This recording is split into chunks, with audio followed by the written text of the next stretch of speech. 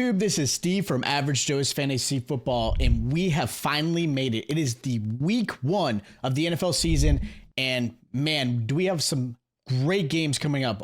There are Thursday, Friday, and of course Sunday and Monday night games. So I want to make sure you guys have this start and sit video to help you guys out. I will also be live streaming on Sunday morning an actual start and sit video to help you guys answer any last minute questions for this week. Again, week 1 is here. We finally did it. I'm super excited.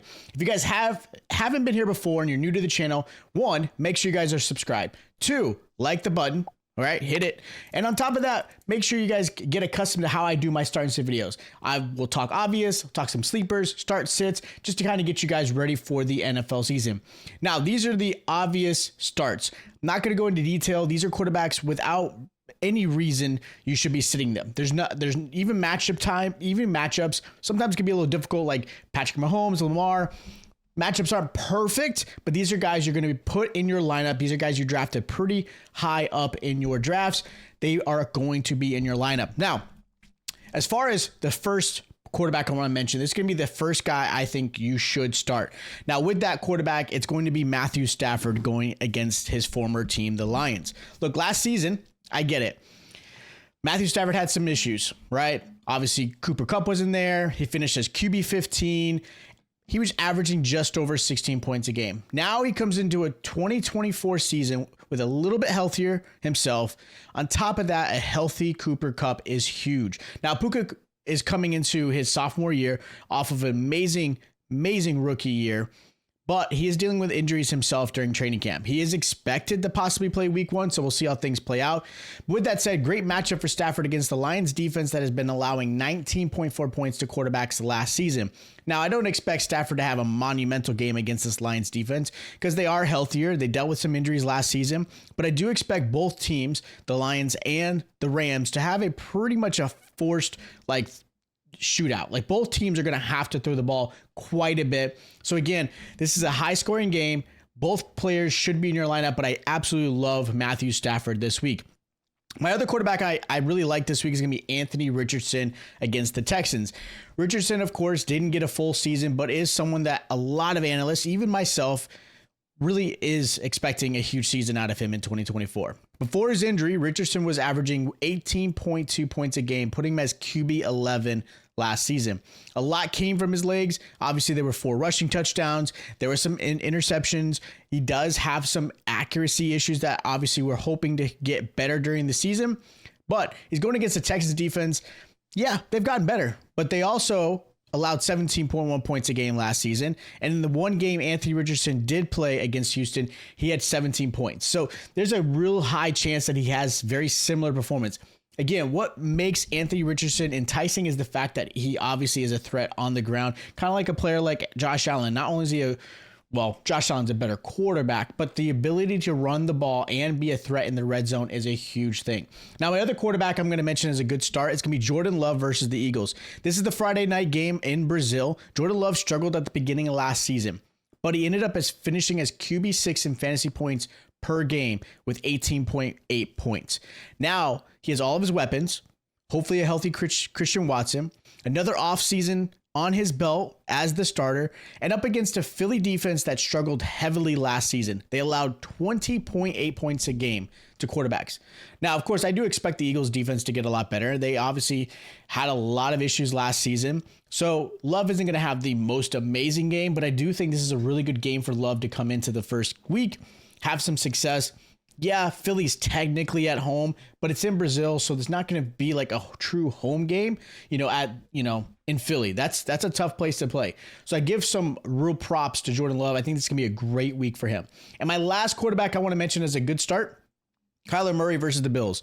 Murray, without a talented receiver in Harrison Jr. and missing half the season last season, still finished as QB 10 in points per game with 18.3. Now comes into a season a lot healthier. He has Marvin Harrison Jr. as his new receiver. He's got Trey McBride, who had an amazing breakout last season, and another year under Michael Wilson's belt, I think is perfect. So he's got a great cast around him.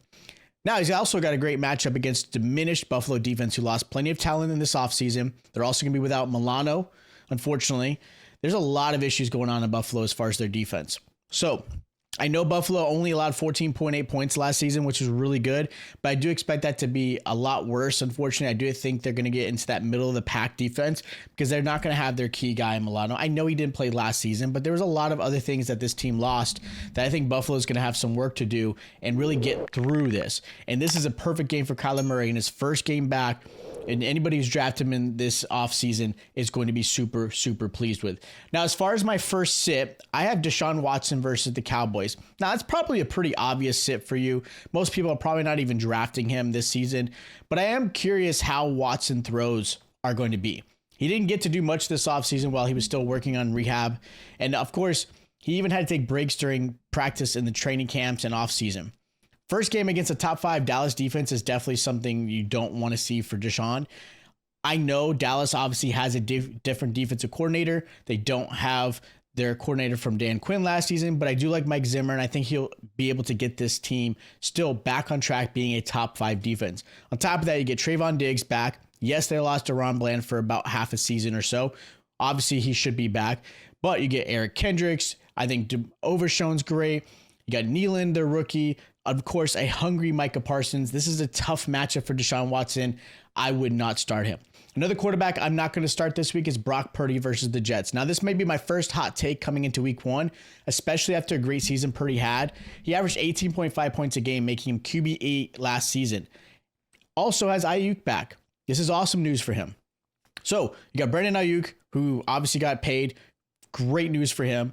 And he, of course, has his superstars in George Kittle, Deebo Samuel, Christian McCaffrey, but faces a Jets defense that was top-notch last season, who gave quarterbacks plenty of trouble, only allowing 13.1 points a game.